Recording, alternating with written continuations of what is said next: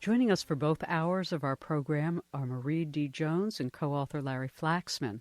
First hour, we're going to discuss their recent 2015 new page book release, Mind Wars, A History of Mind Control, Surveillance, and Social Engineering by the Government, Media, and Secret Societies.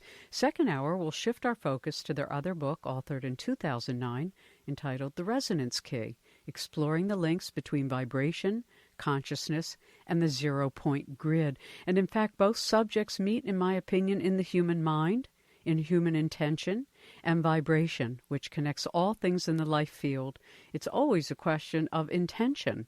What do we as humans want from and with each other? To dominate and control, or to emancipate and elevate? Beginning, though, with Mind Wars, the authors say that, quote, from the dawn of humanity, the desire to control the thoughts, behaviors, and actions of others has been a pervasive one. From the use of coercive persuasion by ancient Egyptians and the Knights Templar to today's claims of electronic harassment and microwave bombing, we have always been at the mercy of those who wish to reprogram our thoughts and reshape our beliefs, unquote. Here to look at the history of mind control, modern technologies impacting us all today, and much more is Marie Jones and Larry Flaxman. Nice to be here. Well, thank you for joining us. So that's Marie. Larry? Yes, thank you very much. You're welcome. Well, look, why don't we start by defining what mind wars mean in terms of human history and today? Wow. I think it's an ongoing, the desire that human beings have to control each other's thoughts, behaviors, and actions.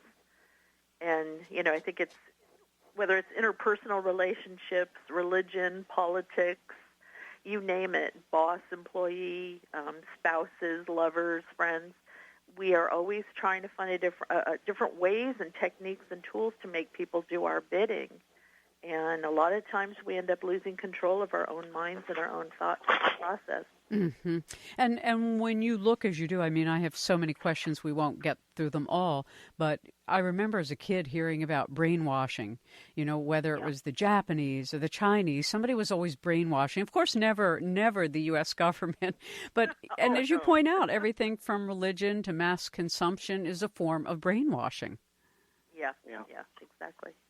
I think the media right now is probably the biggest brainwasher that there is. But yeah, this is a part of our history. You know, during the Korean War, we had our POWs being brainwashed, and that actually led to the creation of the Project MKUltra, which was our government's own little program, although it wasn't little by any means, to try to determine how they were brainwashing so that we, of course, could go ahead and do it to our enemies. And so, but it's, Larry and I have talked about this. We are pretty sure that even back in caveman times, there were ways that people were trying to do this to each other. I think it's just, sure. When you asked the questions at the beginning of your book that you've attempted to answer, one of them was actually looking at ancient societies' use of mind control. Give us an example. In ancient societies' use of mind control, I'm trying to think. Honestly, I don't remember any from the book. It was really more ritual-based. So, I mean, there's torture and ritual and the use of forcing people to obey the deities and threatening them that if they didn't partake in these particular rituals. Well, and some of them even, you know, when you look at some of the Aztec traditions, giving up your life was considered an honor. And they did so oftentimes. We talk about kamikaze pilots. Well, they would sacrifice themselves, throw themselves into volcanoes. And the Mayan civilization did this as well. You know, we always talk about how advanced they were, but when it came to things like religious beliefs where you have a lot of mental manipulation, it's interesting the extremes that people will go to. It's almost like suicide bombers, but they're doing it to themselves. Well, we see that today so much with what's going on in the world and what some people call Eurabia. You know, what's happening in Europe is a great example of modern media mind control because they're not really showing both sides of the picture and they're not really talking in the American press about the deliberateness with which all of these various peoples are invading various nations in Europe. And they're going, oh, come, let us all be friends, when actually behind the scenes, the backstory is, we're going to friggin', whip your ass and move you all out of here, and we're going to take over, and we're going to fly the Islamic flag everywhere we are. And that goes for both sides. We're bombing their countries, and we don't hear about the 5,000 Syrians that were killed, civilians and children, and then they want to retaliate against us, and then we decide to retaliate against them, and it is this chain of ongoing violence and retribution, all because of religious beliefs or some kind of political agenda. So it is. I think it's a form of brainwashing that these people on both sides are caught up in. It's a loop. Well, and as we'll talk about, and maybe we'll jump ahead to, it's not always autonomous, independent thought. One of the things you point to is the technologies that are actually used, excitatory brainwave stimulation, or, at a distance excitation through certain sonics or ultrasonic or whatever, notions there are of technologies. They all exist and are being used. Let's skip to some of that and talk about what's going on in the modern era. Oh gosh, I know Larry can really speak to the whole area of surveillance and the fact that we really have no control of our own privacy, which I think is the biggest invasion. I'll let him speak to that because he's sort of a little bit of an expert on that. All right. Oh, I don't know that anyone could really consider themselves an expert in anything. Well, you are more than me. We'll put it that way. I have a little bit more of an inner sight, I guess, to it. Okay. But yes, no, absolutely, and nice to finally talk. Not that Murray was like hogging the radio or anything. But, you know me. Yeah. Well, so where do we start? So technology and brainwashing and surveillance. It has become such an integral, surveillance has become such an integral part of our society now that I think we take for granted the liberties that we believe that we have. Technology has really acted as kind of this great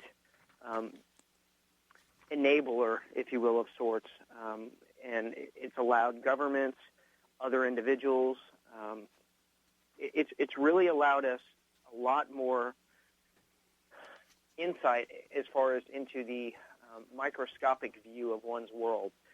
From a technological perspective, every one of us is probably our own worst nightmare. And as Marie said earlier, and I think I disagree to a certain extent, but that we don't have a choice in a lot of it. And I think we do to a certain extent. Some of it obviously is certainly outside of our control. We don't have the ability to influence, but I think every one of us to a certain extent can somewhat remove ourselves from it. But before we even talk about that, let's kind of talk about some of the technology that's used today to surveil us and maybe why. So as we all saw with the events that unfolded over the weekend, the horrific attack in Paris, that's simply one example of technology failing. We have the ability to surveil. Governments have had essentially since right after 9/11, with the passing of the Patriot Act, and other countries have enacted similar legislation as well.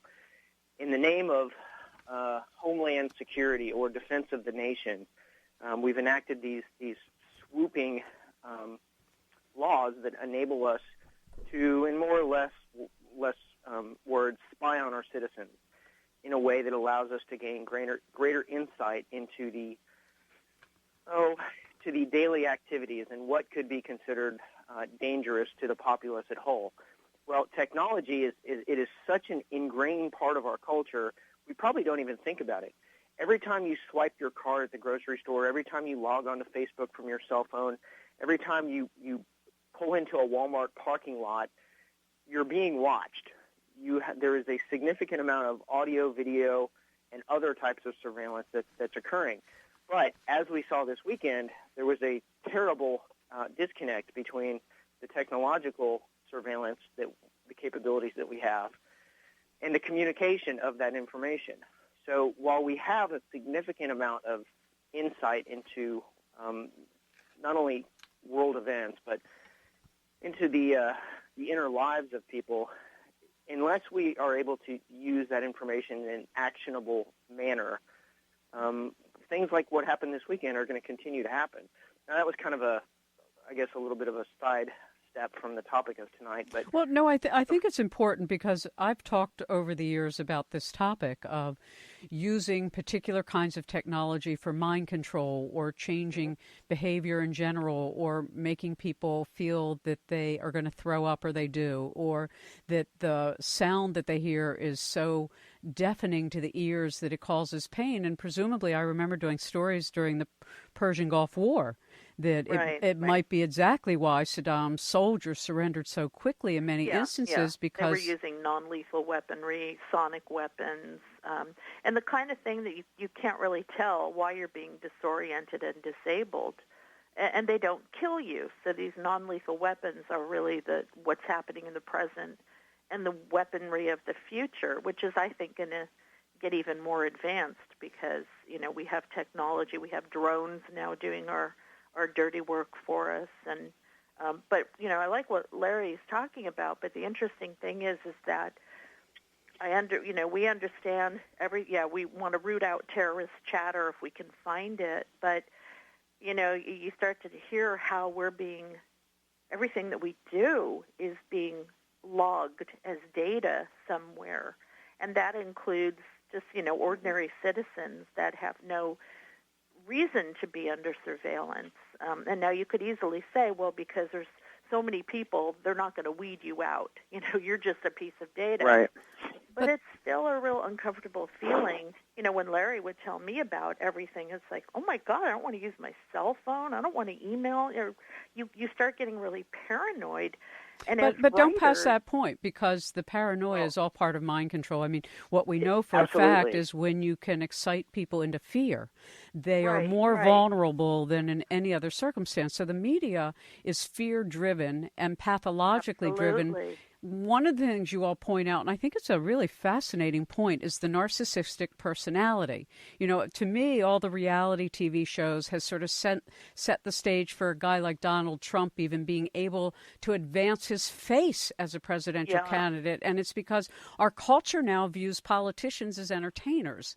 And we view anybody who has a platform as being a television star. And he is very practiced at the bully pulpit, et cetera, and using it. Well, and he also knows how to turn on the charm, which is, that it's very cult-like behavior, because you have these leaders that act like cult leaders. They're very charming, they're very persuasive, but underneath they're very selfish, greedy, self-centered, what have you. Well, that's the narcissistic personality I wanted you to talk about. Yeah, and that is the narcissistic. That's, their characteristics of a narcissist is that they're very persuasive, very charming. They can get you to do things extraordinarily manipulative.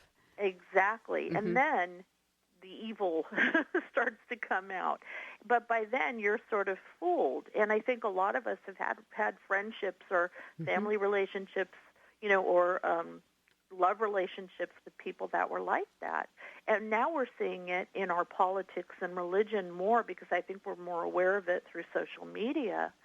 And so I look at some of the terrorist aspects, and it is very narcissistic. It's people believing that their beliefs are the only beliefs, and they're going to kill everybody who doesn't agree. That is incredibly narcissistic. And so that's how it all ties in.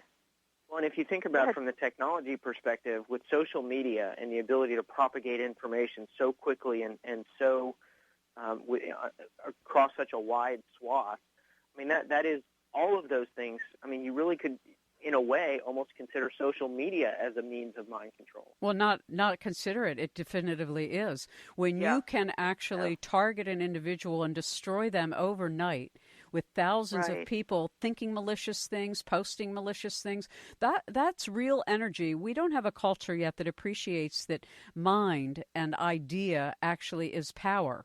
They think of it generally in our culture, you have to have material force, but the truth is it's a form of low, dark magic. And that's what the history before this time period had really perfected. And now that social media is the tool by which you can do dark magic through thought and information, it's very, very powerful. And I don't think we have the ethics yet, the ethical development, to actually know how to use these social medias productively for the elevation of our world. Look, we're going to take a little break. We'll be right back. Our guests are Marie D. Jones and Larry Flaxman. Their book, Mind Wars, A History of Mind Control, Surveillance, and Social Engineering by the Government, Media, and Secret Societies, is a new page release 2015. Hello, you're listening to 21st Century Radio with Zohara Hieronimus. This is Stephan Schwartz. I have just had a wonderful conversation, one of the many conversations that you will hear on Zohara's program, one of the most conscious radio programs in the United States. We've discussed my new book, The 8 Laws of Change, How You Can Be an Agent of Personal and Social Transformation. You can follow my work at www.schwartzreport.net or catch the book on Amazon. We're talking about their current new page 2015 release, Mind Wars, A History of Mind Control, Surveillance, and Social Engineering by the Government, Media, and Secret Societies. You know, we talked very briefly about the way the media is used by political operatives. And besides promoting nationalism when anything goes bad, you do a beautiful job of listing a number of ways in which it's used to distract us from really paying attention to the issue that isn't being discussed most of the time. Right. The distraction methods. Mm-hmm. And one of them you point out is fear-mongering. The other is demonizing the other guy, misinformation and misleading information. And when we look at that, I mean, there's also the subliminal, and I want to talk about that, the sort of, as you call it, the under-the-radar mind control. There are no laws against subliminal programming, either by advertisers or any other agent. Talk to us a bit about how it's done and what it's doing. Well, you know, subliminal advertising's been around for a long, long time, and I think and Larry might be able to answer this, I think it was a lot easier before everything went digital to be able to put your subliminal messages in a commercial or a movie or what have you, and basically your subconscious mind picks up on the flash of an object or a word or a phrase that your conscious mind doesn't see because it's on a frame-by-frame basis. So, yeah, I mean, you know, there were congressional hearings to talk about subliminal advertising and how it was unethical, but nobody ever passed any laws. Now with advanced technology and everything being digital, I don't know. I think it's probably harder than ever to identify what your subconscious is being exposed to. And I don't know, maybe it makes it easier. You know, like I said, Larry, you might know more about that. Well, I think to a certain extent it does make it easier, and subliminal advertising actually dates back to 1957, was the first recorded use of that, and it was in a movie theater, and they had used some fancy things to try to get the audience to purchase popcorn and Coke that they had purchased or that they had inserted into a movie. But I think today, with the use of technology, the ability to insert audio and video at a much faster frame rate is certainly a more viable possibility. Back in the old days with standard film-based movies, you had a reel, and as the reel spun, there was a finite speed that reel could spin. Now, with computers and graphic processing chips and our abilities to have almost real-time fluid motion, we can exceed 120-plus frames per second. So that's actually faster than the eye can perceive. So it would be very easy, in fact, to insert those type of signals or cues into especially video stuff without us knowing. And that would probably make it harder to even catch it or identify it, too. Well, and there's also, you know, because if you're on cell phones and you're having sort of, it's almost directed to the brain, we're getting almost used to the feeling of having radiation to the brain so much more part of our life. It's almost like an acculturation to these kinds of technologies. And you pointed out it was every time I do these kinds of shows, it reminds me of the years and years and years in which I would look at technologies with Greg Braden and others, with Nick Begich out in Alaska, and whether it was the HARP project or other kinds of mind control. You talked about an actual patent that was submitted in January 2003, and it's titled Nervous System Manipulation by Electromagnetic Fields from Monitors, which means that Lovely. It's possible to manipulate the nervous system by subjecting us to pulsing images displayed on a computer monitor or TV. So something that seems so harmless in a prison or in a school or in a children's classroom is actually capable of creating thought forms that did not originate with them, with the teacher, or with any curricula. It's something else. Right. You have no idea what is literally being beamed into your brain. And in 1968, the nervous system excitation device patent was filed, and they use electromagnetic energy, pulses, microwave sound, and all of that is going directly into your brain or the brain of whoever it's intended for. And often you don't notice anything more than just feeling a little bit of malaise or sick to your stomach or disoriented, which a lot of us feel nowadays anyway because we're so stressed out and unhealthy. And so we don't know if a lot of the unhealthiness that we're experiencing as a populace is coming from some of these things that it might be used in a sort of mass mind control program, or if it's our crappy food or a combination of several things. But there is such a thing. I think it's really important to say, but there are really purposeful, intentional technologies being developed, control masses of people, and it's been used in crowd control around the world and in our own country. And one of them is this electronic harassment, or what's called voice to skull. And I remember in my days of doing a daily show, sometimes people would call me after the show and start describing to me that they felt like they were victims of some sort of government test, having once been in some sort of institutional incarceration, and then came out and they felt less free than they ever were, and that they are definitely being subject to either implant technology or something else. So talk to us about how we know that this is going on. Well, a lot of this is fully documented for the public to see in the form of patents. And voice to skull, we have, documentation about this reaching as far back as the 1960s. In 1973, there were a number of studies done through Walter Reed Army Institute. This is all public record. And again, you have documents of people filing for patents for this type of technology. So it's really, in a way, it is being done under the radar, but it's also kind of hidden in plain sight, which makes it really chilling to think that, wow, I didn't know. I mean, I don't know, Larry, if you did, but before we wrote this book, I didn't know this stuff was going on. You start researching it, and it's a little bit overwhelming to find out that there were studies done as far back as 1975 looking at how behavior could be modified using microwaves. That's frightening to me because that was so long ago. I can't even imagine what they're doing today in 2015. No, and I was just going to add that, and for every study that you do find some type of annotated research on, there's probably 10 that are not. Mm-hmm. So you absolutely have to wonder what the current state of technology is that is not being publicized. And maybe to a certain extent, maybe the powers that be put that information out there as kind of little bones for us. I think that's true.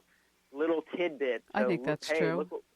Let it, focus on this, but don't pay any attention and focus on the bigger picture. Well, and you talk about in 2003, the U.S. Navy conducted research with a system called Medusa, which stood for Mob Excess Deterrent, using silent audio, and focused, as you point out, again on the use of modified microwave pulses to, quote, cause great discomfort to personnel entering a specific area or protected perimeter. So you can see that it can be used not just for crowd control, but for military operations. And on warfare. Yeah, and I know that sonic weapons were used in the Iraq War. I know that we know that a lot of prison experimentation has involved heat weapons, sound weapons. It seems to be sort of the thing to do to test these on prisoners. And a lot of that is a matter of public record. It's just that people don't go look for it. Unless you're writing a book like this or you have a desire to research this kind of stuff, you're not going to know what's going on. That's true. It's certainly not in the front page news, nor even Right. not even below the fold. And because so much of it is black ops, the agenda is nefarious in the sense of doing things against people's will so they have no free will. You talked about the Manchurian Candidate, which I'm sure some people have seen the film over the decades, or MKUltra and the CIA connections between. Talk to us a bit about this, where there's really very deliberate placement of individuals who have been mind-controlled, and then they use triggers to get them to either, assassinate somebody or murder a civilian or take down a corporate plane, whatever it is they're going to do. Right. Well, it's funny because, I've seen both Manchurian Candidates, the one with Frank Sinatra and then the more recent one with Denzel Washington. Both are excellent examples of MKUltra. And, basically, this is a program that was started under the auspices of trying to figure out how they, meaning the enemy, were brainwashing our POWs. And a lot of, when MKUltra was launched, it was such a massive program. It involved over 88 different institutions. We're talking, prisons, universities, pharmaceutical companies, orphanages, you name it, any place that you could test on a number of people. And a lot of the researchers that were brought in came from Operation Paperclip, which brought Nazi scientists and researchers over after World War II. So we were basically taking Nazi brainwashing technology and knowledge and making it our own and then testing it on subjects. And this went on for a couple of decades before it was allegedly shut down after a couple of Senate committee hearings. The problem is, I think we all know that none of this really ended. It just probably splintered into much smaller, way deeper black operations with different names.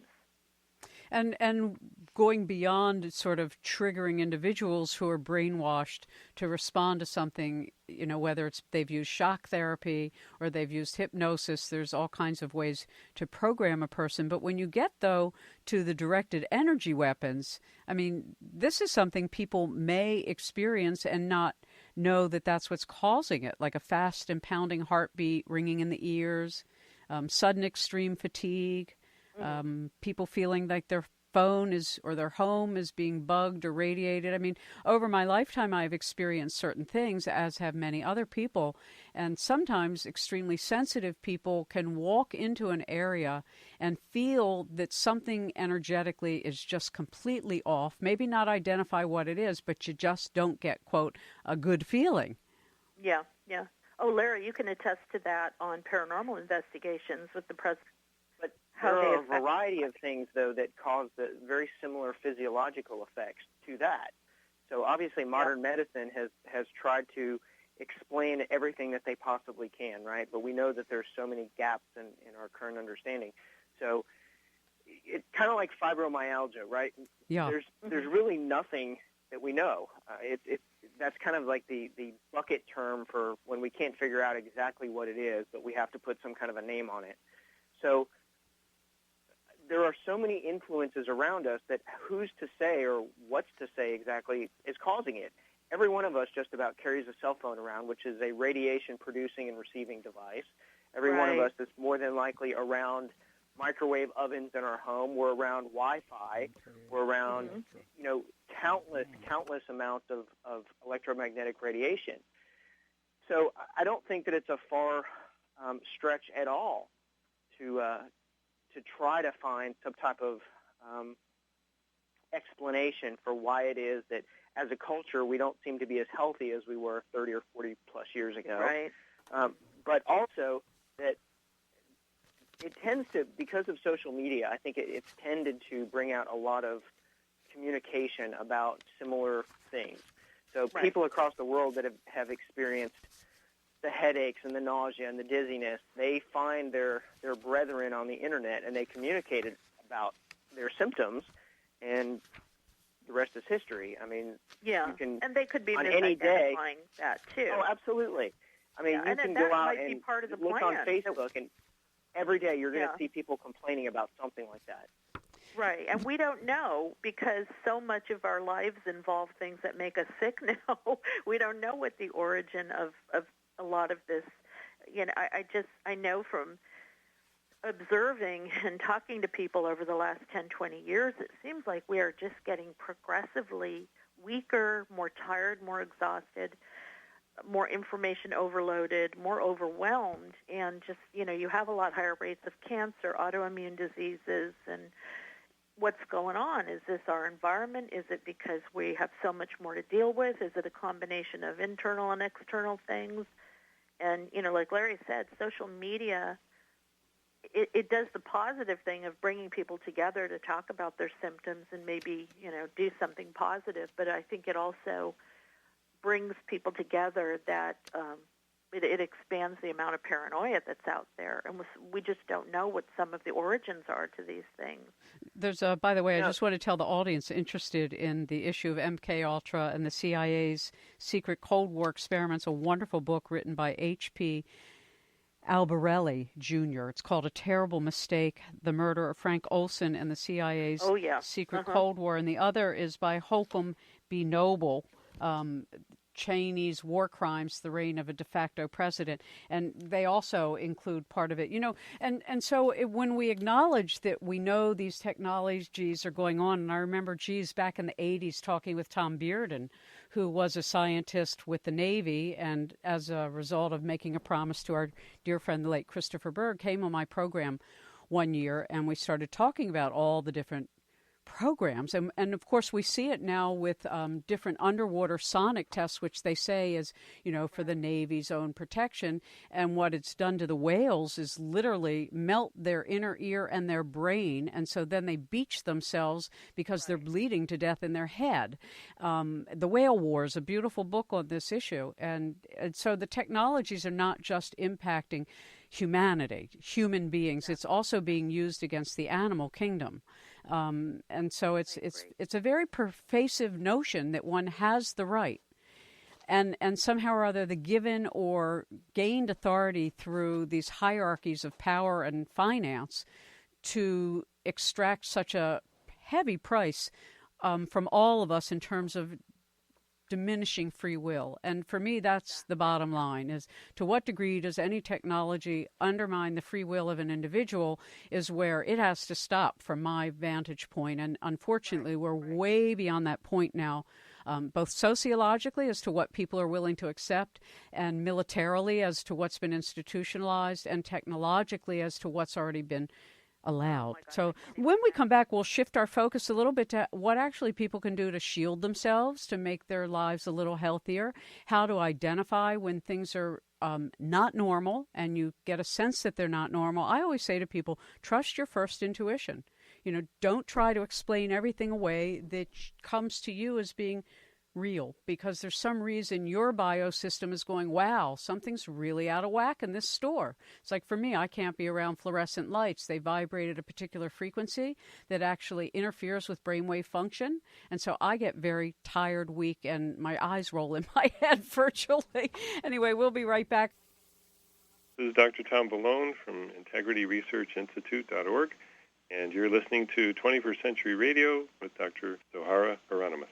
Welcome back to 21st Century Radio. Dr. Bob's little clip there on ExxonMobil. If you've not seen the news in the New York Times that Exxon is being investigated for possible climate change lies by the New York Attorney General, and it could be actually many states suing them for having participated in trying to obfuscate the way in which oil production is impacting the climate and human health and the environment, et cetera. It's a rather interesting development legally. So we're joined, if you're just joining us for the entire evening, by Marie D. Jones and Larry Flaxman. Their book, Mind Wars, A History of Mind Control. Learn more at either of their websites, Marie, M-A-R-I-E-D, Jones, Jones.com, and www.larryflaxman, Flaxman.com. And, of course, websites are linked directly to our page at 21st21st centuryradio.com. So we've only really touched on, truthfully, how mind control is being done and how electronics and other kinds of technologies now are being used to change human feeling and human interest and human thought and human sensibility. There are ways, though, it can be used very positively, something we're going to talk about next hour in more detail. But let's talk about some of the positive things going on. Larry? Positive from what aspect? What do you... Well, positive in the sense there's hemisync, there's different kinds of efforts to actually... Oh, okay. Yeah, that's all good stuff. Definitely not surveillance. Yeah. I mean, there's a lot of things that are out there that we utilize, I guess, similar technology for good purposes. For instance, hemisync, the Monroe Institute stuff, the biotuner, some of the other technologies that are out there. There's a variety of things that you can look up on YouTube on binaural beats and isochronic tones, things that are utilized to help put your brain into a more receptive state for whatever. Whether it is you're attempting to quit smoking, you're attempting to go into theta state and be able to study and retain memory easier. We have technologies to do that. So the technologies are very similar to or possibly even offshoots of, I guess, the more dark and intrinsic stuff that we're talking about today. But for every bad purpose technology, for instance, EMF, and as we talked about earlier, the skull voice technology, there are legitimate reasons to use that technology to better ourselves and to heal. Another good example is EMF.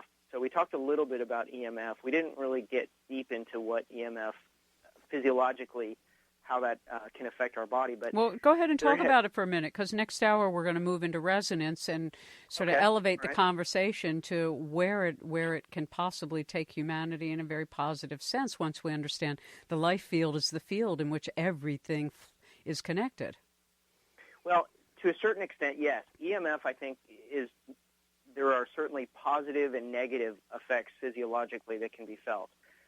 There are some folks that believe very strongly, as you with the fluorescent bulbs, that they are able to feel electronic energy, or they're able to feel electromagnetic energy.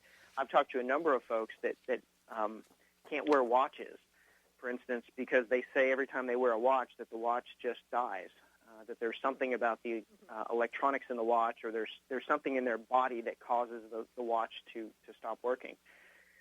But there are a lot of negative connotations physiologically from high EMF fields. There has been a lot of actual case study that's been done regarding folks that have dizziness, nausea, headaches, a lot of the same type of symptomology that we experience with mind control technologies. On the paranormal side, one of the things that ghost hunters strongly believe is that the presence of high EMF fields can somehow be indicative of some type of a spirit or an entity. But we'll probably talk more about this in the second half, but regardless, high EMF fields do cause people to have very similar feelings as those that have had a paranormal experience. People that have exposure to high EMFs often feel a sense of discomfort. They feel like someone is watching them. For instance, there was some research that was done several years ago by Dr. Michael Persinger. Dr. Persinger created what he called the God helmet. The God helmet was a device that, and I actually own one. I conversed with Dr. Persinger for quite some time, but the God helmet is a device that you wear, and it basically bombards very specific portions of your brain with targeted electromagnetic frequencies. And what he's able to do by doing that is create what he called the sensed presence. In other words, when you wore this helmet and he turned the juice on, you felt like there was someone in the room watching you. And in many cases, people that had undergone the experiment also had a great religious epiphany, almost as if it was something paranormal. And, of course, when you hear paranormal, instantly the first thing that most people automatically associate that with is ghosts, but obviously it's really anything that's outside of the realm of current scientific understanding. But Dr. Persinger's work and a number of other folks have determined that high EM fields can cause us to experience things. We can feel things and see things that don't actually exist by the application of targeted EM fields.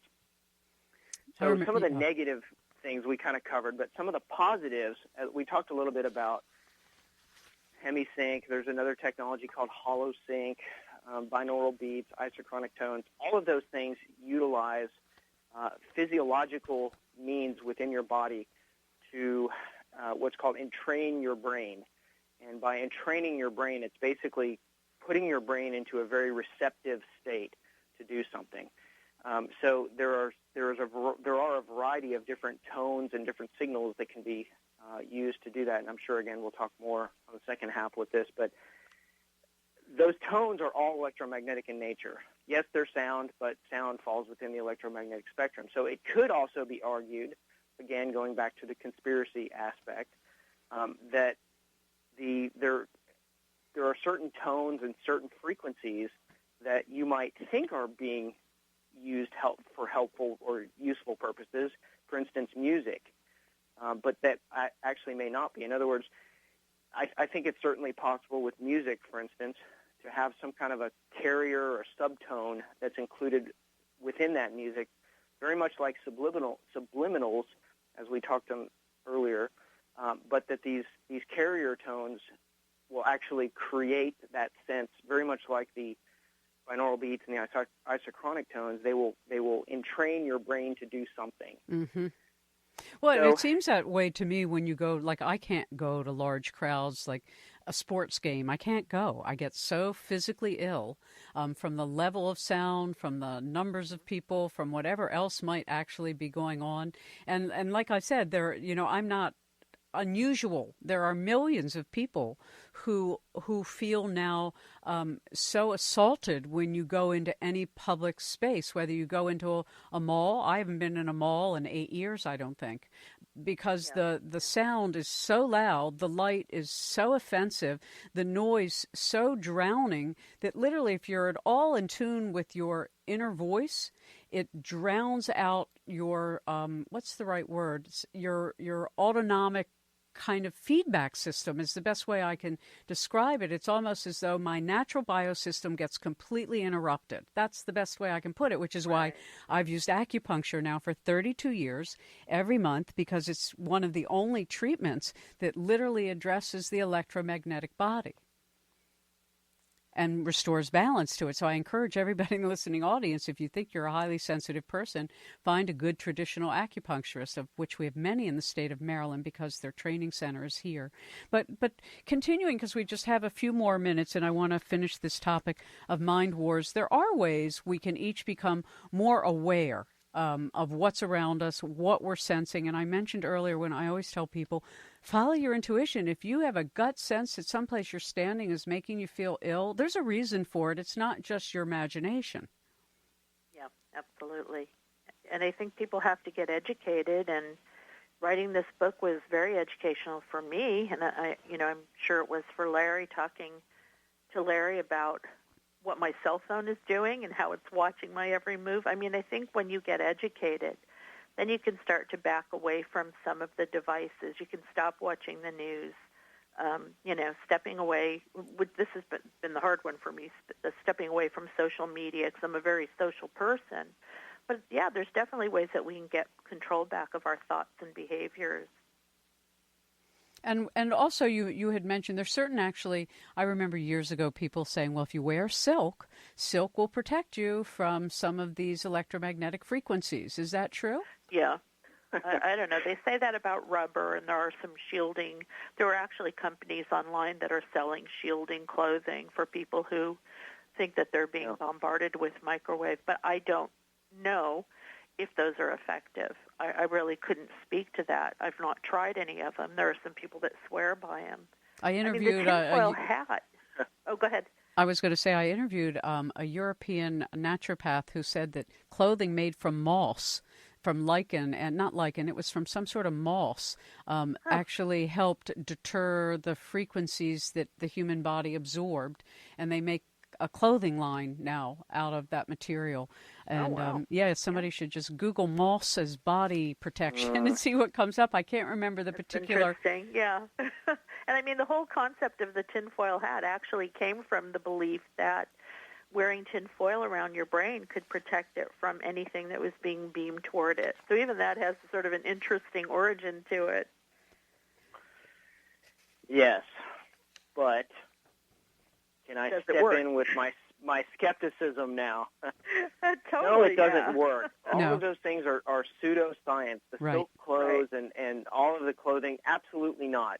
The only known scientific way to deflect or prevent electromagnetic radiation intrusion is by the use of a Faraday cage. Exactly. Now, unless you are able to ground your body to the ground 100% of the time, and you create this mesh network around you, all of those things are simply designed to suck money out of your pocketbook. We have to go for this hour, but you're absolutely right. I used to joke I was going to have a Faraday cage on wheels that I took with me everywhere. We'll be back. Our guests, Marie D. Jones and Larry Flaxman. Continuing this hour with our guests, Marie D. Jones and Larry Flaxman, we're going to talk about an earlier book they've authored, The Resonance Key, exploring the links between vibration, consciousness, and the zero-point grid, also a new page release, 2009. And as they say in their book, what if the true nature of reality were like an onion, made up of layer upon layer, that when peeled back would reveal a creative, self-regenerating web-like core, a center that could contain the whole of all that is, was, and will be. Scientists and paranormal researchers alike are looking to a resonance as the theory that could bridge the gap between science and the supernatural and explain every facet of reality in between. So we're going to look at that this hour, these ideas, theories, and research that link vibration, mind, and matter. And I like to say, well, this is the lighter side, but also the really enriching and wonderful, I think, precipice upon which humanity stands, which is appreciating the power of our consciousness. So, ladies and gentlemen, here we are, second hour. So why don't we talk about, when you began this book, what you were trying to answer, what you were looking for? We have to think back here to 2008 when we wrote it. Well, you're I'll right. start, and then I'll let Larry pitch in. But I think we were having a lot of conversations at that time about different ways of trying to explain paranormal phenomena, and resonance was one of the key ideas that we were looking at. And it's kind of like the more we talked about it and thought about it, the more it was showing up in things that we were researching, and it just got to the point where we thought, wow, we really want to write a book about what we're discovering. And Larry, you spend an awful lot of time in the paranormal field, and the work that you do in your own state is certainly very well known. Tell us a little bit about that involvement you have, and why, whether it's UFOs or ghosts or clairvoyance or remote viewing or teleportation. We're talking about things that are all really connected through vibration or through light, if you want to reduce it even further. Absolutely. My involvement in it, you're asking why I'm involved? No, just the things that you've noticed. I mean, you've spent a lot of your life, and this is what you speak to a great deal. For instance, why don't we start where you all do in your book? I mean, there were ancient civilizations that understood resonance, and the question about how the pyramids were built, or the Carl Castle down in Florida, which my husband and I went and visited.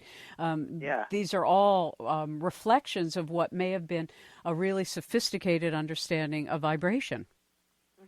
Well, absolutely. And one of the reasons why Marie and I really wanted to write the book was that we believe very strongly that resonance and vibration is somewhat of the fabric of reality.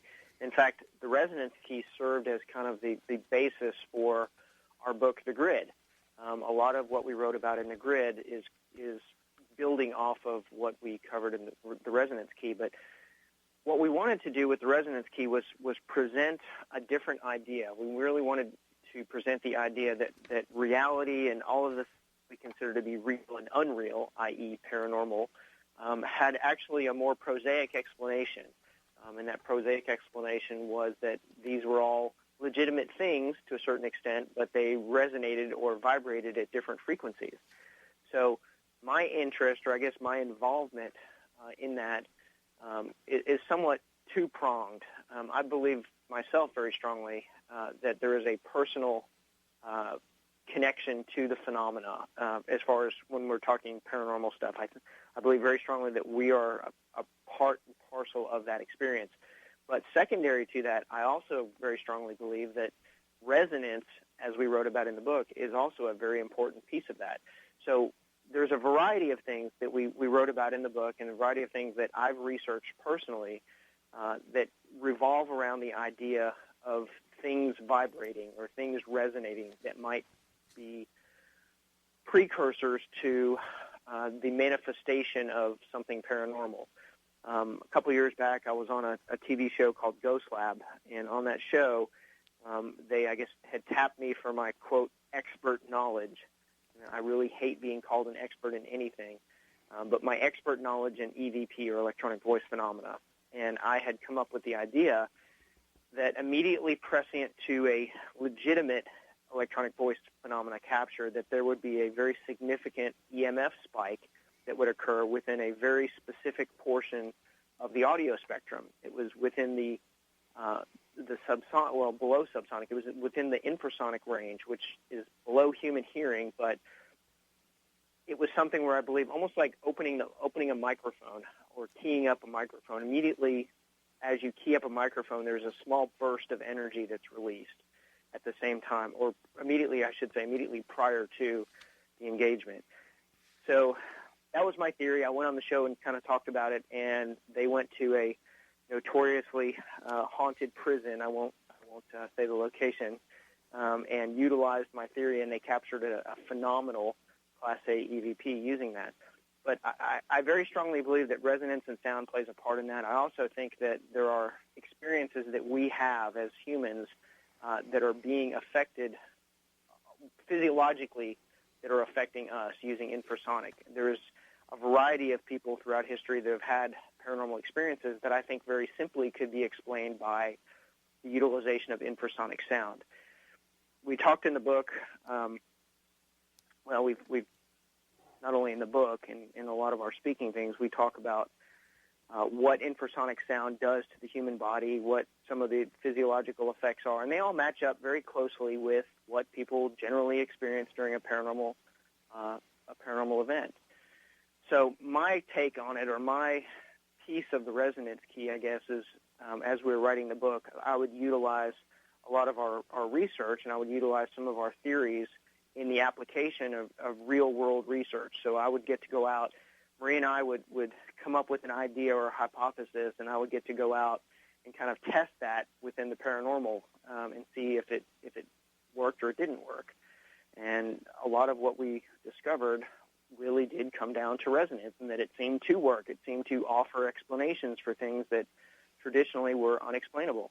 And when you look at the basic Western mystery tradition, it'll tell you that all things are related in octaves of similars, so that if a person on the ground has a past experience with a particular energy, and then they go into a place and they have a particular frequency, they draw to them, whether it's a ghost of a similar deceased, disposition, or it's an angelic presence, that these are matchings, that it's sort of one vibration calls another. And I think it was fascinating when you talked a little bit about, and I think it's always an interesting topic, how sound and electromagnetic radiation are both measured in Hertz. And we always think of them as being so very different from one another. Right. Well, they're not. Really, everything within the electromagnetic spectrum are basically ends of the yardstick. So all of the different energy forms fall within that.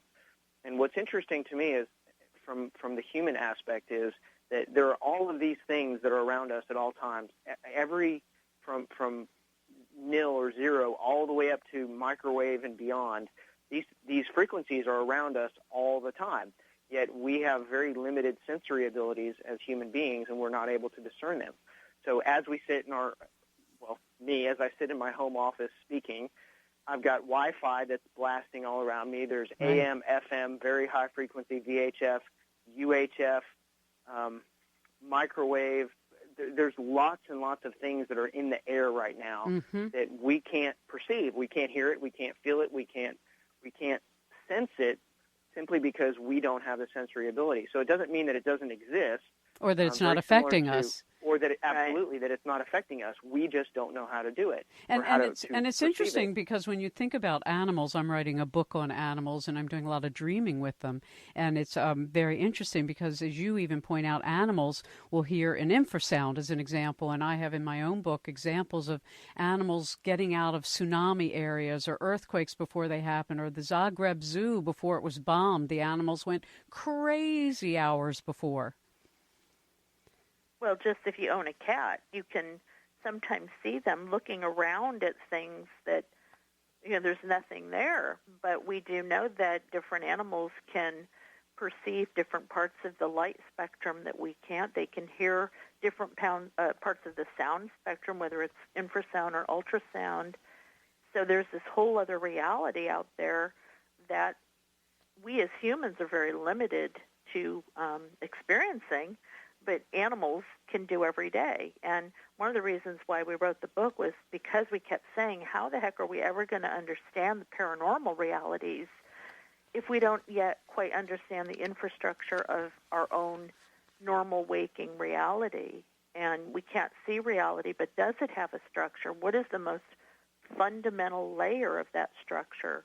And we know from quantum and theoretical physics that nothing is solid. Everything vibrates. So that was a good starting point for us to write the book. Well, and I think I'm glad you included, I used to do shows, one of my favorite topics was Nikola Tesla's work, and I remember, when he would say that earthquakes can be manufactured. You don't always have to detonate a nuclear bomb in the ground to create an earthquake, though that does it too. And I used to predict where earthquakes would be because of the work of Gary Whiteford of New Brunswick, Canada, that he tracked these things and showed that's a nuclear bomb dropped in the ground. There was an earthquake such and such relative to where it was. Nikola Tesla said that earthquakes can be controlled through standing waves. And then I loved your inclusion of Vic Tandy, the founder of Radio Shack, describing that. No, talk to us about that. He wasn't actually the founder. Oh, okay. Same name, but not the founder. Oh, all right. So Vic Tandy's experience was very unique, and it was one I think that to a certain extent drove a lot of my belief as far as infrasound and the connection to the paranormal. So Vic Tandy was a research professor at Coventry University, and I think it was in Edinburgh, if I remember correctly. It's been a while since I remember, but I think it was Edinburgh. Anyways, Professor Tandy was he was an avid fencer, and most of us on this side of the pond probably don't know what that is, but it is the sport of sword fighting, and apparently that's a very popular thing overseas. But Professor Tandy was working in his lab one evening late at night, and after a particularly grueling game of fencing, his fencing foil had bent. So he had brought the fencing foil to his foil, which is about 6 feet long. It's a long, pointy sword, for lack of a better word. So he had brought that down into his lab, and he was an engineer, so he had access to lots of cool things. But he brought it down to his lab and fixed the foil in a vise, and he was working on trying to straighten the foil. Well, the university where Professor Tandy worked was a very old facility. I think it dated to like the 1680s or thereabouts. And it was obviously there was notoriously haunted. There was studies throughout time, or not studies. There were stories throughout time of people having experiences on campus, and I'm sure being in an old building late at night probably didn't hurt that perception at all. But so as he's down there, he is attempting to straighten his foil. He starts noticing in the corner of his eye a black shadow, and the black shadow starts at one corner of the room, and he slowly sees it move to the other corner of the room. Well, Professor Tandy was somewhat of a skeptic, was not a big believer in the ghost stories that had been told, but he got up to see what it was. He was very curious why he was seeing some type of a shadow movement from one corner of the lab to the other.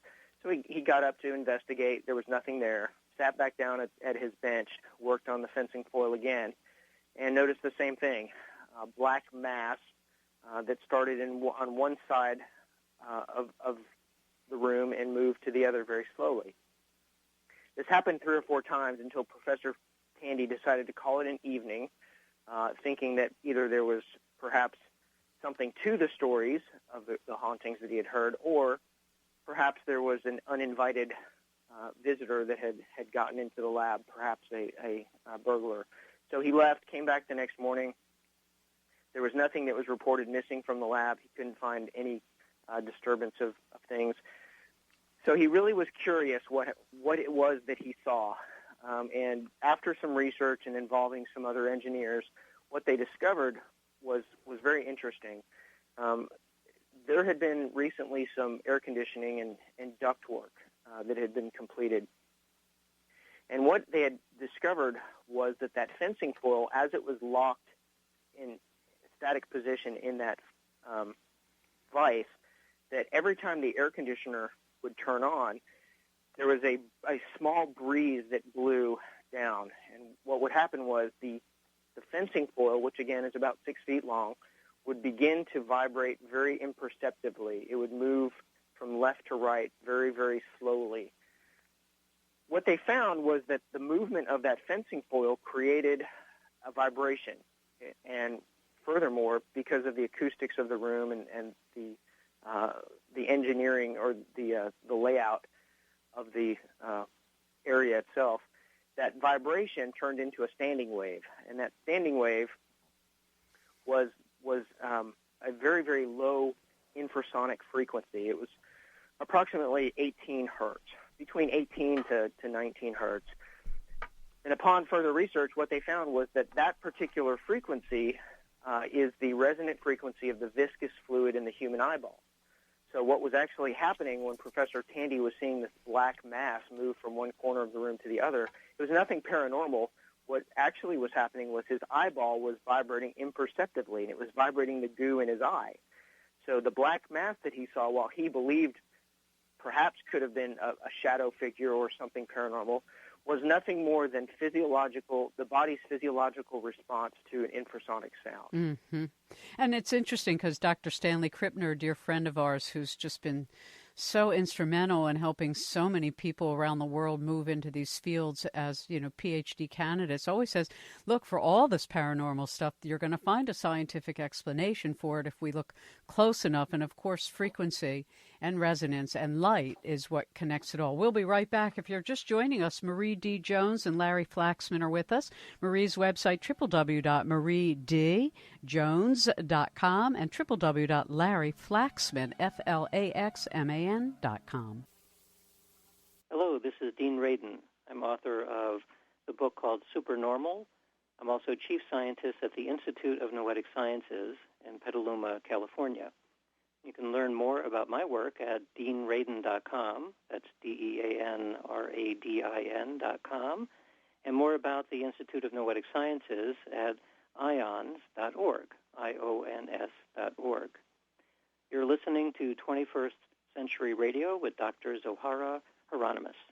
We're talking about their book from 2009, The Resonance Key, exploring the links between vibration, consciousness, and the zero-point grid. So, Larry and Marie, so from where research stands today and what's developing, I loved this one line you said, we might say that, quote, infrasound is what puts the spook in spooky locations, and then showing us even there's a certain disorder that somebody will see things and see geometric shapes and have hallucinations as a result of some sort of effect, either a neurological illness or imbalance, or that they are sensitive to other frequencies that others' human brain isn't. So talk to us about this. I mean, because if paranormal phenomena is the result of light and sound interacting with our own brain waves, why is it that some people can see it and some people don't? That's why we wrote the book, The Grid, where we really wanted to take a look at both the physiological and environmental influences that may explain why some people experience certain things and a person standing next to them experiences nothing. And in that book, which we kind of feel is the sequel to The Resonance Key, we really looked at some of the factors, the physiological things, everything from, brainwave patterns to pH balance to blood type to, if you were a woman, whether or not you were menstruating, to hormones and chemicals in the brain, and how all of those things may have some type of influence on working in conjunction with what's happening environmentally that allow a particular person to perceive another reality, to perceive another level, parallel universe, whatever you want to call it. Because Larry's been on way more investigations than I have, but I've been on some where the person standing next to me is freaking out, and I'm looking around like, what? There's nothing here. I don't feel anything. I'm not experiencing anything. So we really wanted to look at all of the different factors that might be involved. And again, I think Larry can probably speak better to that from working with his group and how belief plays into it, the power of suggestion, telling people stories that they're going to experience in a place that is really not haunted and having them actually experiencing them. I mean, that's wild. And for those that don't know, Larry Flaxman is the founder and president of ARPAST, the Arkansas Paranormal and Anomalous Studies Team. So what do you say, Larry? Because you've been out there with a lot of different individuals in a lot of different situations, whether, we're talking about ghost phenomena or UFO phenomena or contact with angels or aliens. I mean, these are real phenomena and real content is exchanged, and sometimes information that a person has no way of gaining on their own is delivered directly through telepathy into their mind. Well, I think there's many different angles to look at this. I think, obviously there are the legitimate stories, people that are completely believable and that have had experiential events that seem to be backed up with fact. There are some folks, I think, certainly that would fall into the, how can I be very politically correct about this, the fraud category. I think, that certainly that is a concern. There are individuals that, for whatever motivation, I think are less than honest about things. And then I think there are the third aspect, are the folks that believe that they've experienced something, but that might actually not have. Perhaps, again, going back to the first hour, maybe they had some type of manipulation. Perhaps it was a EMF or auditory type experience that provided them with whatever it was that they needed to believe that they had an experience. I think you tend to see that a lot more in like the UFO and the abductee arenas, much more so than within the paranormal, but I'm sure it still happens as well. So what's the big answer there? Well, I don't think there is one. I think certainly there are folks that have had legitimate experiences. As you mentioned, that certainly there are folks that have had the ability to bring back or retrieve information, if you will, that they would have no other means of knowing. If you look at individuals like Edgar Cayce, he's a perfect example of that. When he would go into his trance states and retrieve that information from the Akashic field and bring it back. Which, by the way, he was, he didn't have these abilities until he almost drowned. And it's Absolutely. really interesting how the near-death experience has triggered so many people's super sensible awareness, my own included. I almost drowned at the age of 3, and from that time on, boy, I could see all kinds of stuff. Yeah. But, I think that all of it, there's really no one explanation for everything. I think everything plays a vital key in that perception. And in our book, The Grid, we talk about a variety of factors, physiological, psychological. You had mentioned blood type, just out of curiosity. What did you find about the blood types and their accessibility to these sort of less than visible, less than audible influences? Marie, you want to get that one? Well, here's the problem, and Larry and I have talked about this. There's not enough money being put into research to find the answer to that. So we talk in The Grid about a lot of the things that need to be looked at, including hormone levels at the time, what kind of chemicals are racing through the human body at the key times that most people experience a paranormal event. Between the hours of 11 p.m. and 3 a.m., there's all kinds of stuff that happen in the human body that may lend credence to the idea that people have more paranormal experiences at night.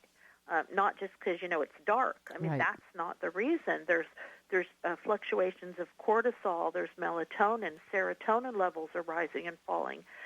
So the problem is that we present all this, including, could it have anything to do with blood types? There's an allegation, and I don't want to say that it's real or not, that certain UFO contactees have a particular, I think it's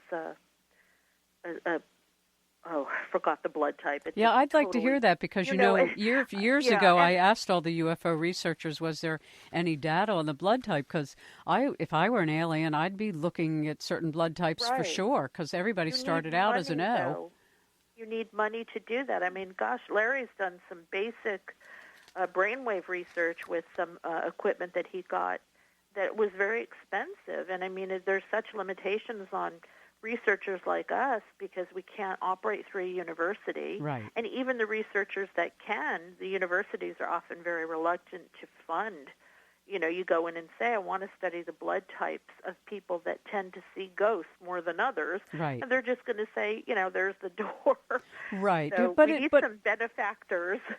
Well, Rupert Sheldrick, and I'm glad that you included him because he's done so much work, and I loved his book on animals that know when their owners are returning home, a very long, extravagant title, but he showed that there is this telepathy. There is some way in which species or life forms, whether it's trees or dogs or minerals or clouds, actually have content that is perceivable and deliverable if we focus our attention. And he said that the human body is nested hierarchies of vibrational frequencies. It's kind of like a piano. Right. You hit a certain key. So if our ears hear between 20 and 20,000 cycles per second, and you wrote that sound wave energy is between 15 and 33 hertz, what does that have to do with the grids? I mean, there's a lot of theories about grid patterns. The Hagen one I remember from the 1980s. Becker Hagen, I think you included that. But talk to us a little bit about the grid and how it kind of puts everybody and everything in some form of patterned relationship. You want me to start, Larry? Or Yeah, definitely. For us, because we would talk about this so much, we wanted to come up with a visual that we felt could explain what can't be seen, and that is the infrastructure of reality itself, and the idea that there isn't just one level of reality. It's almost like if you were to take the face off of a skyscraper so that you could see all the different floors and all the different ways that you can access those floors, staircases, elevators, fire escapes, even ballooning up and down or jumping down from the roof to the ground. There's just so many different ways that you can access. Each floor is like a different level of reality. And if we can find those connectors, those elevators, those escalators, those fire escapes, then we get to experience a different reality. And our belief is that we are doing that, often, involuntarily. I think sometimes these things happen out of nowhere. We don't really have a lot of control over them. But that perhaps when we are operating at a different frequency, when we can attempt to change our frequency through some of the things we talked about in the last hour, the binaural beats and all that kind of mind control, mind manipulation techniques that can be used for good, that maybe we can change our frequency and therefore change our perception and get to experience one of those other levels of reality. And the brain, of course, has its own set of frequencies. And so depending on what it is that's being triggered or turned on or off is whether you feel agitated or whether you're having bliss. Right. And of also course, aligning. Oh, go ahead. Yeah. No, and I was just going to say, and to a certain extent, that's very individualistic. Each person has kind of their own threshold or their own tolerance for those things. So, a specific level of EM, for instance, may not affect one person, but the person right next to him, it may have great influence upon. Mm-hmm. Right. And it's so, when I think back to the Spiritist movement in the 30s and their efforts to use very unsophisticated technology in which to facilitate certain things. And then you look at Raymond Moody's very simple replication of the Greek psychomantium, which people gaze into, basically a standing water, and are able to see the reflection of deceased loved ones and carry on conversation. I mean, so it's not as though, only the moderners is trying to get access to these other levels of consciousness. And of course, what you're speaking to is pretty much what quantum physicists and others are talking about in terms of whether we aren't being keyed up, whether or not things aren't being accelerated, and the frequency itself isn't being, I guess one could say, elevated or made higher.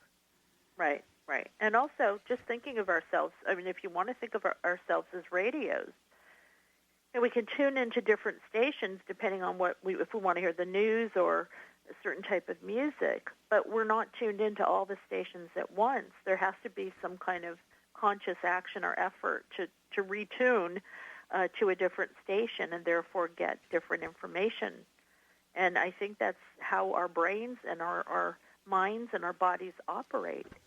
But most of us have not figured out the proper ways to change the station. Right. No, I think that's very true. We are receivers and we are senders, so we do both. We're going to take our last break of the hour, and we'll be right back. This is James DeMeo with the Orgone Biophysical Research Laboratory. You can find my books at Amazon and other kinds of websites. The last name is DEMEO, and you're listening to 21st Century Radio with Dr. Zohara Hieronimus, and thank you. So I want to come back to HARP because I spent a lot of time with Nick Begich over decades, talking about the HARP project. And you followed up with Jerry Smith's work, HARP, the Ultimate Weapon of Conspiracy. But HARP is a fascinating example of how the most invasive technology can be put right out in the public and nobody asks what's happening. Well, and also that the public has been told that HARP ended, that it was sort of shut down and went inoperative, when in fact a lot of people say it's quite the contrary. And the connection between HARP and possibly some kind of manipulation of the weather. So apparently this is a DARPA project that is beaming out all kinds of stuff into the ionosphere, and the belief is that it's coming back to affect us physiologically as well as environmentally. Right, that it can cause earthquakes Right, changes in weather, everything from chemtrails to earthquakes to the shifting northern lights, what have you. And nobody seems to quite know whether it is still operational or not. And that's real confusing, I think. A lot of times when you mention HARP, people will automatically label you a conspiracy theorist, but this is an official DARPA program. Yeah, and again, it's unlikely that they would just shut it down. Obviously, they probably put out a lot of misinformation and disinformation, which goes back to Mind Wars. Right, and I think it's important because Tesla certainly understood how, with a standing wave, to create earthquakes, and this is an advance in the Tesla technology. So we're talking about the capacity to disrupt our Earth's own geophysical systems, as you all rightly point out. Exactly. And it's using our atmosphere, which, in other words, what it's doing is not something that we could identify and say, oh, look, there's a HARP. It's not a missile. I mean, it's literally beaming specific frequencies into the atmosphere, ionospheric modification. It's pulsing, microwave, all kinds of stuff into the atmosphere, which is invisible to the average human. But we we feel the effects, and we sense the effects, and we talk about the effects, even though we're not quite sure what the cause is. It's a very mysterious project. Well, certainly it could be exacerbating what are already Earth changes. And so when you have, I remember when former Secretary of State Cohen said, we have to stop these weather wars. There's the point now of manipulating the weather for something as ridiculous as a sporting event or as nefarious as a war. So it's not as though, those of us who talk about these things and look at them, or authors who write books on it, are delusional. It's very factual. Right. And I think to this day, I keep seeing people, anytime anything unusual happens, it's HARP. And to an extent, maybe some of the things that happen are part of that manipulation, but I find it doubtful that it's doing responsible for every event and every earthquake that happens. No, but and that's how we stay confused, is that there's so much going on that we become confused as to separate what is HARP and what is this and what is that and what is just entirely natural phenomena. But as we also know, as Nick and I talked about for so many years, is when you disrupt the ionosphere, and certainly nobody on this earth can tell you what the consequences will be. So this is the grossest kind of mass experimentation, and that's why I did in part so many shows on it. Yeah. We may not know for 20, 30 years what the fallout will be of HARP. And, I think obviously in some aspects we're finding out now, and it could explain why people feel so sick and why there are so many incidences of cancer and autoimmune diseases and why we have earthquakes happening in places they haven't happened before, that have minor, very small fault lines. And again, there are no laws preventing it, as we talked about with subliminal programming. Right. With electromagnetic directed energy weaponry, as you all point out, even though there was a Space Preservation Act, there are a lot of people who are trying to keep space, weapons free. But, of course, it didn't pass, and this is a whole new venue of weaponry that, again, it's just such a malicious, I think defiance would be the right word, of human trust and of what we're really supposed to be doing with our talent and technology. So let's turn this on its head a little bit and talk a bit about, again, the positive uses of these kinds of understandings, because certainly we know that sound and color can be used for healing. Right. Oh, yeah. MRIs, resonance is used in a variety. Ultrasound. Excuse me. There's a lot of positive benefits to learning about different vibrational frequencies and what they do as physiologically. And so if we look at the new neurotechnology, which you all have included, and people always joke about, at one point we'll just put a port in the back of our brain and download all kinds of information and won't really have to learn anymore. We'll just absorb it when we need it. Useless. Yeah, well, it's there are a lot of people who think it's very exciting that we're going to be human machines. I, for one, am very alarmed at the speed at which we're moving this direction again before we cultivate the ethics of the heart. Yeah, I agree. It is scary to think about where technology could take our humanity. So the title of this book includes 0 Point Grid. Describe that for us and what you mean by it. Go ahead, Larry. Well, the 0 Point Grid is really kind of the all-encompassing term, I guess, if you will. A lot of people have different names for it: the ether, the source, the force, the field, whatever you want to call it. It basically all refers to kind of that initiating point of everything, that zero, almost like that 0 day in computer term, the genesis of everything. So that's really what that refers to. And before that, though, in your other book, you talked about some of the grid systems I mentioned, because I have my own theory about some of these things and why we've sort of lost our key to interrelationship between all of the sacred sites on the planet, which were once all aligned, whether they were in England or in Egypt or in France or in the United States, because until we changed our meridian from the Giza Plateau to Greenwich, England, which happened as a result of the Royal Navy of the great empire at the time, everything was aligned to the galactic center, because the belt stars of Orion point to the galactic center. And we moved off of it so that now our meridian marker has really nothing to do with the galaxy. It's 30 minutes, 3 minutes, no, it's 30, yeah. It's a whole house off in astrology. It's like 30 minutes and 3 degrees, something like that. And so it has disrupted the natural resonance that was once understood by all the sacred societies. And you talk a little bit about that. So share with us why we know that ancient civilizations and more modern ones have understood this theme of resonance, and they pick certain sites on ley lines or wherever it was for a very particular frequency reason.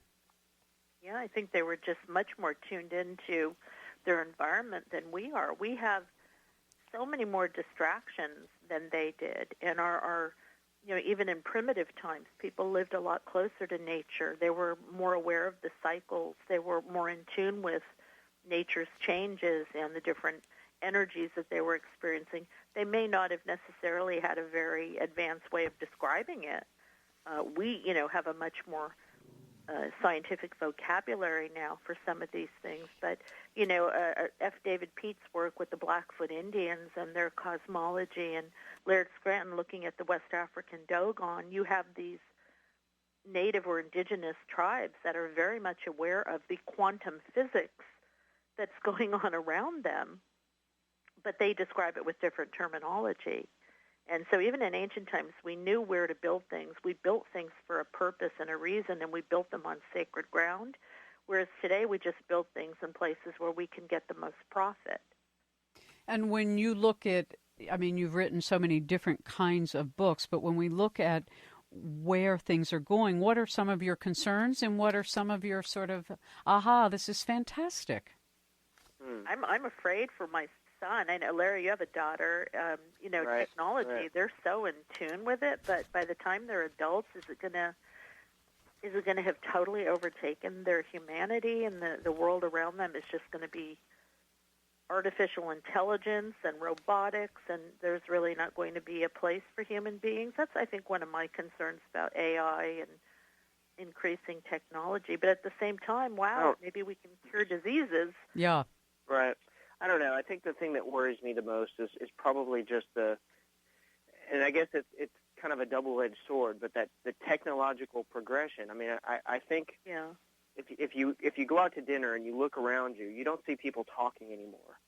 And it seems like our cell phones have become completely a replacement for human communication. So what really concerns me is that the next generations will have almost devolved in a certain sense. In other words, perhaps potentially, the human being, us as human beings as a species will evolve or devolve where we have, smaller brain capacity, for instance. Well, that was sort of what I brought up with Dean Radin and others that I've not really debated, but we don't agree.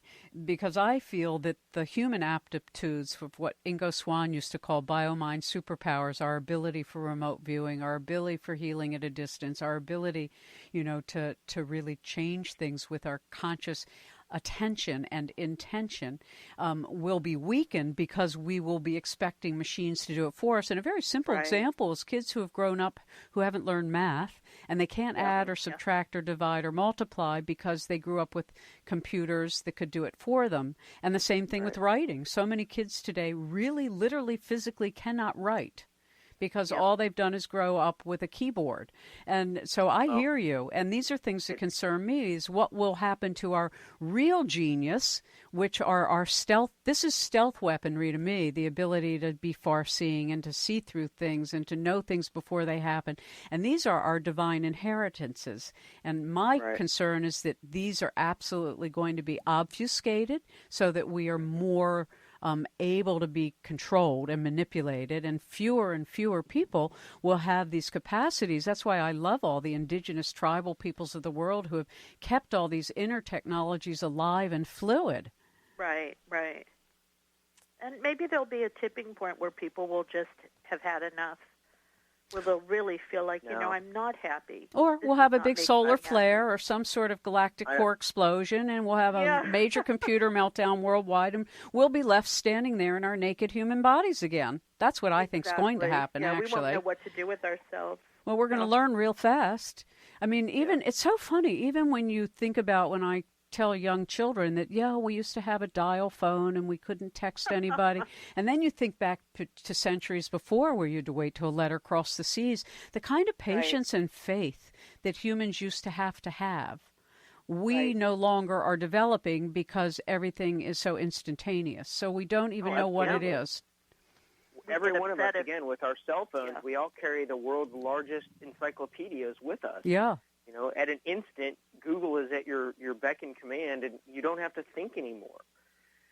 So, yeah, I absolutely agree with that. Between that and this is a whole other topic, but Common Core, wow. Between those two things, I'm really concerned for humanity. Yeah. I tried helping my daughter the Yeah, other day with her math homework. Yeah. My daughter's 9, and you know, and here I am, a college graduate, and I'm trying to figure out her second grade math. Mm-hmm. This Common Core stuff is just insane, but a totally different topic. But yes, I don't know. I don't know that I necessarily agree, though, that it's going to get to a tipping point. I think we're becoming more and more accustomed to technology, and we're becoming more and more used to giving away our liberties, for instance, and the positive uses of technology that, you know, it's the progression. I don't see us ever going back. I mean, that would be the equivalent of us going back to the crank Model T in vehicles. I just don't see us stepping backwards to be able to do that, unless there was some sort of a major catastrophic event like you guys mentioned. Right. Some kind of a Which is, I think, major enough EMP. astrophysicists are now predicting we're due